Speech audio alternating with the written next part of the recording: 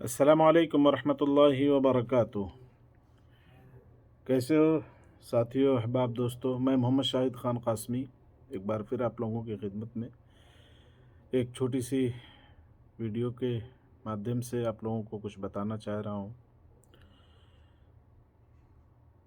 मैं आपको पहले कुछ दिखाना चाह रहा हूँ। ये देखो, ये देख रहे हैं आप लोग, क्या है ये? बीच में घड़ी है, उसके पीछे भगवा रंग का कमल है। ठीक है, यानी कमल को भी भगवा बना दिया गया। ठीक, अब आगे की बात बताता हूँ। ये क्या है मालूम है आपको? नागालैंड में अभी इलेक्शन हुआ, जहाँ पे बीजेपी को बहुमत नहीं मिली। हुकूमत बनाने के लिए उनको सपोर्ट की ज़रूरत थी, किसी ने सपोर्ट नहीं दिया। तो एनसीपी, नेशनल कांग्रेस पार्टी, जिसका अध्यक्ष है शरद पवार को आप सब लोग बहुत अच्छे तरीके से जानते होंगे। इस वक्त सियासत का सबसे खुर्राट और सबसे यानी घटिया सियासत करने वाला, सबसे गंदी सियासत खेलने वाला एक बहुत ही बेगैरत इंसान, जो जब बयानबाजी करता है तो बीजेपी के बारे में बोलता है, उसके ऊपर चढ़ाई करता है, लेकिन अंदरूनी तौर पे वो उनसे मिला हुआ एक जालिम आदमी है। अब वहाँ हुकूमत बीजेपी की नहीं बन सकती थी, लेकिन शरद पवार ने वहाँ पे बीजेपी को सपोर्ट करके, उसको समर्थन दे करके वहाँ पर नागालैंड में बीजेपी की हुकूमत बनवा दिया। मैं सिर्फ यहाँ ये कहना चाह रहा हूँ अपने मुस्लिम लीडरान से, जो अलग अलग पार्टियों में हैं, अलग अलग पार्टियों के पदाधिकारी बने हुए हैं, उनका सिंबल लेके चलते हैं, उनका झंडा लेके चलते हैं।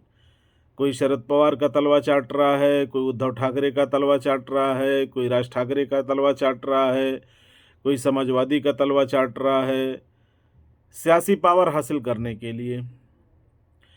लेकिन ये सारी सियासी पार्टियां सिर्फ एक अलग अलग नाम है, एक अलग अलग ब्रांड है, एक अलग अलग पहचान है। हालांकि अंदर से ये सब के सब एक हैं। यानी हमारे यहाँ एक कहावत है कि एक ही हम्माम में सब नंगे हैं। ठीक है, मैं यहाँ पे अपने मुस्लिम कौम को ख़ास तौर से कहना चाहूँगा कि अगर अब भी तुम में ज़रा भी गैरत बाकी है, ज़रा भी आपके दिल में ईमान कहीं छुपा बैठा हुआ है, तो अब भी इस मलऊन, इस मरदूद की पार्टी का साथ आप छोड़ दीजिए। इसने कहीं भी कोई भी ऐसा काम नहीं किया है जिससे मुसलमानों को कोई फ़ायदा पहुंचा हो या मुसलमानों का कोई काम हुआ हो,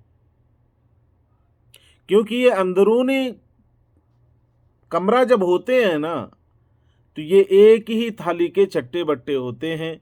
बस इनको कुर्सी से प्यार है, इनको करप्शन से प्यार है, इनको अपनी जेब भरने से प्यार है।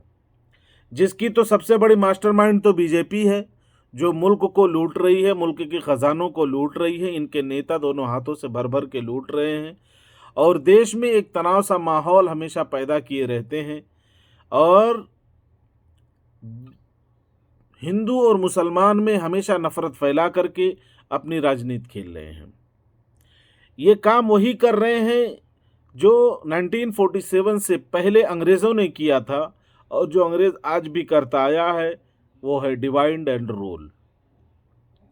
यानी इनको बांटो, इनको इनके आपस में किसी तरह से बवाल कराओ, फसाद कराओ, झगड़े पैदा कराओ और हुकूमत हथिया लो, बड़ी बड़ी कुर्सियां हथिया लो। मैं शरद पवार को बहुत पहले से नहीं, जब से मैंने सियासत थोड़ा पढ़ना शुरू किया, चाहे अखबार के माध्यम से, चाहे न्यूज़ के ज़रिए से मैंने यही जाना है कि वो इंतहाई दर्जे का गलीज़ तरीन सियासतदान है। वो अच्छा सियासतदान नहीं है। वो पैसे के लिए, पावर के लिए, कुर्सी के लिए कितने नीचे हद तक गिर जाएगा ये हम सोच भी नहीं सकते हैं।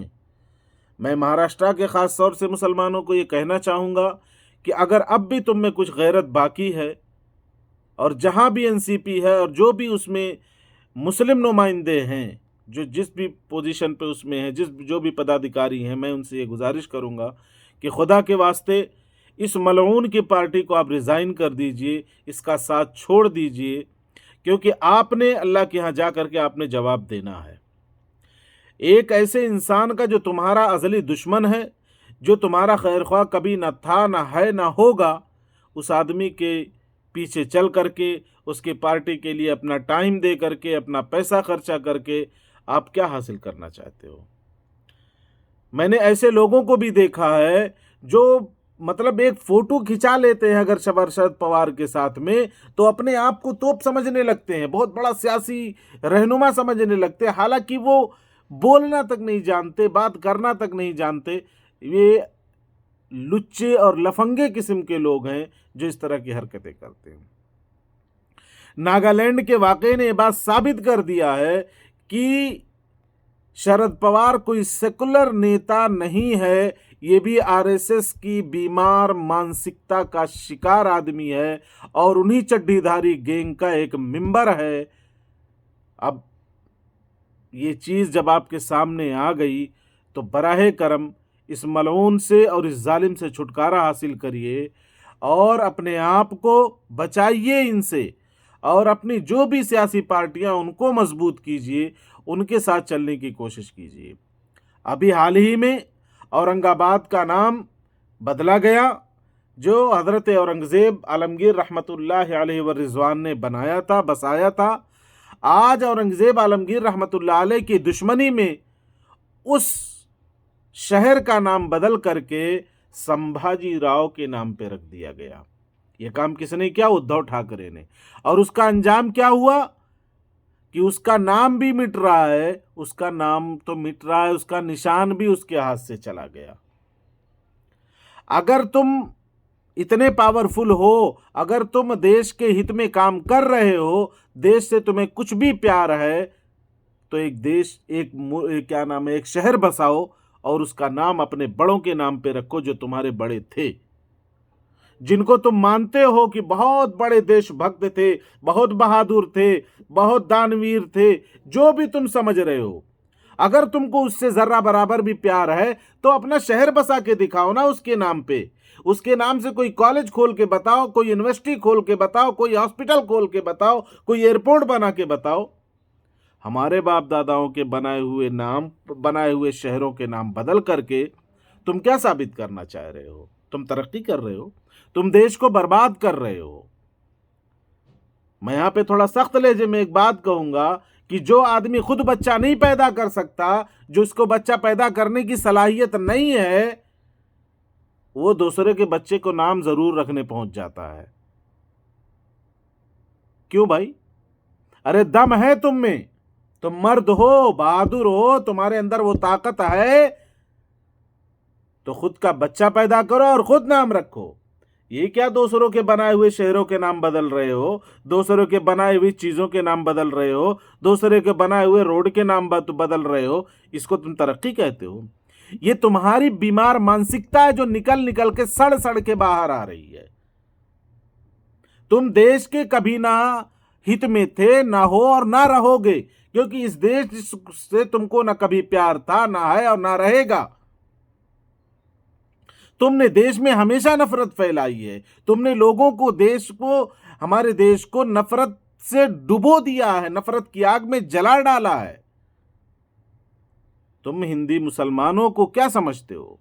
बेवकूफ नहीं है, बस थोड़ा सा राह से भटके हो, लेकिन याद रख लेना, जिस दिन ये राह पे आए तुम बेराह हो जाओगे। मैं इस वीडियो के जरिए से मैं अपने तमाम मुस्लिम लोगों को, खास तौर से मुस्लिम कौम को मैं इसलिए कह रहा हूं कि मुस्लिम कौम जब भी हुक्मरानी की है, इंसाफ के साथ, अदल के साथ काम की है। तफसील मैं किसी और वीडियो में बयान करूंगा इंशाअल्लाह रहमान। लेकिन आज ये जो काम शरद पवार ने किया है वो इंतहाई दर्जे का गलीज है और घटिया काम किया उसने। मैं पहले भी उसकी शक्ल पे लानत भेजता था, आज भी उसकी शक्ल पे लानत भेजता हूं, और मैं उसके सामने ये बात कहने को तैयार हूं कि तेरे से जैसा घटिया गलीज सियासतदान कोई नहीं है। एक पावर हासिल करने के लिए तो उसकी शरण में जाके बैठ गया जो हिंदुस्तान का सबसे बड़ा दहशतगर्द है, मोहन भागवत की शरण में जाके बैठ गया। तो मुदिया के साथ जाकर के बैठ गया, तू अमित शाह के साथ जाकर के बैठ गया, सिर्फ थोड़ा पावर हासिल करने के लिए। अबे मर जाएगा, वैसे भी तेरा आधा मुंह बचा हुआ है। जो लूट करके रखा है क्या करेगा? जो स्विस बैंकों में जमा करके रखेगा, ये तेरे बाप का पैसा नहीं है, मेरे मुल्क के लोगों का पैसा है, मेरे अवाम का पैसा है। शर्म नहीं आती तुम्हें? बोल नहीं सकता सही तरीके से और इतनी घटिया हरकतें कर रहा। अभी भी वक्त है, पैर कब्र में तेरा लटका हुआ है। सुधर जा, देश के हित में कोई काम कर ले ताकि तुझे आने वाले लोग याद करें अच्छे नाम से। संभाजीराव नगर बनाना है, जो भी बनाना है तुमने बनाओ, लेकिन अगर हलाली हो, एक बाप के हो, तो नया शहर बना करके बनाओ और बसाओ और उसका नाम रखो संभाजीराव। मुझे कोई एतराज नहीं है। नया एयरपोर्ट बना, नया स्कूल बना, नया कॉलेज बना, नया सड़क बना, उसका नाम रख तू संभाजीराव। छत्रपति के नाम पे रख, संभाजीराव के नाम रख, जिसके नाम रखना है रख, मुझे कोई फर्क नहीं पड़ता। लेकिन मेरे बुजुर्गों को अगर तुम जलील करने की कोशिश करोगे तो एक दिन तुम बहुत बुरी तरह जलील होगे इंशाअल्लाह। शरद पवार के लिए मेरा पैगाम यह है कि अभी तेरा आधा मुंह गया है, आधा मुंह टेढ़ा हुआ, तेरा पूरा मुंह टेढ़ा होगा इंशाअल्लाह। और तेरी गलाजत लोगों के सामने आ गई है। मैं मुसलमानों से अपील करूंगा, खुदारा इस मलऊन को पहचानो, इस जालिम को पहचानो, इन देश के दुश्मनों को पहचानो।